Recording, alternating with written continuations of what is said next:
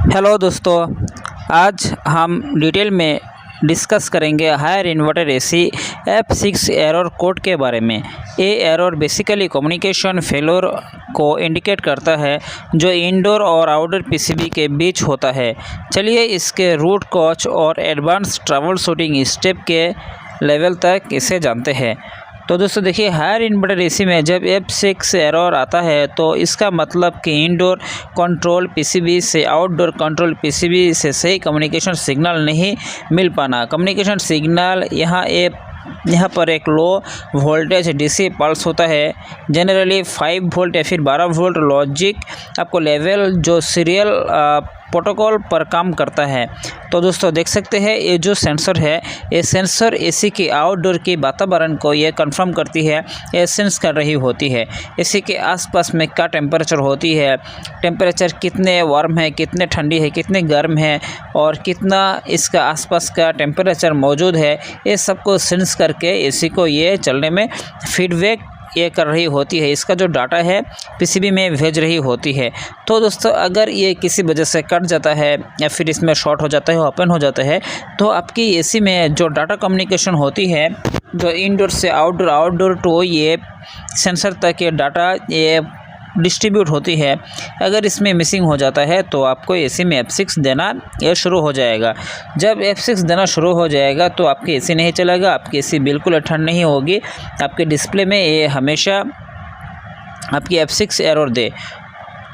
तो दोस्तों आपको ध्यान देना चाहिए, इन्वर्टर पीसीबी में हाई वोल्टेज डीसी बस 310 से लेकर 340 वोल्ट डीसी होता है। तो टेस्टिंग करते समय प्रॉपर इंसुलेशन, ग्लव्स, मल्टीमीटर और आपके इंसुलेशन ट्रांसफार्मर का यूज़ करें। बिना ट्रेनिंग और सेफ्टी के रिपेयर अटेम्प्ट ना करें। तो दोस्तों मैंने एसी को बंद कर लिया है, बंद करने के बाद ही मैं इसे चेक कर रहा हूँ। एसी में भी बिल्कुल पावर नहीं है, और पावर नहीं है मतलब मैं अभी इसे काम कर सकता हूँ। तो दोस्तों आप देख सकते हैं, ये जो सेंसर है, सेंसर ये पहले से ही डिस्टर्ब था, तो मैंने अभी इस सेंसर को 2 भागों में भाग कर लिया है। भाग करने के बाद मैं अभी इस सेंसर को एक एक करके जोड़ूंगा, क्योंकि मैंने देख लिया है कि ये जो सेंसर है, इस सेंसर बिल्कुल सही है, इसमें और कोई प्रॉब्लम नहीं है। प्रॉब्लम ना होने की वजह से तो मैं इसे क्या करूँगा, डायरेक्टली इसमें जोड़ दूँगा। जोड़ने के बाद मैं इसी को चलाऊंगा। तो आप देख सकते हैं दोस्तों, ये जो सेंसर है, सेंसर मैंने ये टेपिंग कर लिया है। टेपिंग करने के बाद जो सही पोजीशन है, सही पोजीशन पे मैंने एसी का सेंसर इसमें इंस्टॉलेशन कर रहा हूँ।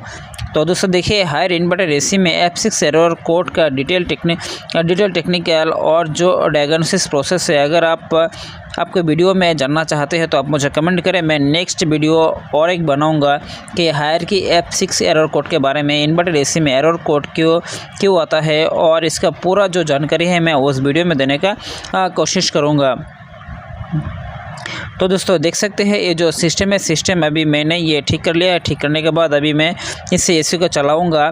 तो अगर आपकी एसी में ऐसा होता है तो आप डायरेक्ट उस एसी का सेंसर चेक कर सकते हैं और पीसीबी चेक कर सकते हैं और जो सारे कंपोनेंट उसे भी चेक कर सकते हैं। तो दोस्तों आपने देख लिया कि मैंने एसी को अभी ऑन किया है। ऑन करने के बाद आप देख सकते हैं, मेरा जो एसी है, एसी अभी बिल्कुल चल रहा है। 20 डिग्री टेम्परेचर पे एसी चल रहा है और एसी से बढ़िया कूलिंग दे रहा है और एसी अच्छी तरह काम कर रहा है। अभी इसमें कोई भी कम्युनिकेशन एरर, कोई भी आपके डाटा मिसिंग नहीं हो रहा है। एसी बढ़िया परफॉर्मेंस कर रही है। तो दोस्तों हायर के एसी में F6 एरर के अलावा और कोई एरर आता है तो आप मुझे नीचे कमेंट करिए और आप मुझे बताएं कि आप और कौन सी एरर के बारे में जानना चाहते हैं और कौन सी एरर के बारे में मैं वीडियो बनाऊं। अगर आप मुझे सुझाव देना चाहते हैं तो आप मुझे कमेंट बॉक्स में दे सकते हैं। और वीडियो को अच्छा लगा है तो चैनल को ज़रूर लाइक, कमेंट और सब्सक्राइब कर देना। और भी नए वीडियो पाने के लिए और भी नए एरर कोड के बारे में जानने के लिए आप मुझे कमेंट कर सकते हैं। मैं उस कमेंट के आधार करके मैं और नए वीडियो आपके सामने लाता जाऊँगा। और आप मेरे चैनल को सब्सक्राइब करिए, मेरे साथ जुड़े रह सकते हैं, ताकि आपके एक लाइक, कमेंट और एक सब्सक्राइबर मेरे लिए एक मोटिवेशन तौर पे काम करेगा और मैं और नए आपके लिए वीडियो आपके सामने ला पाऊँगा।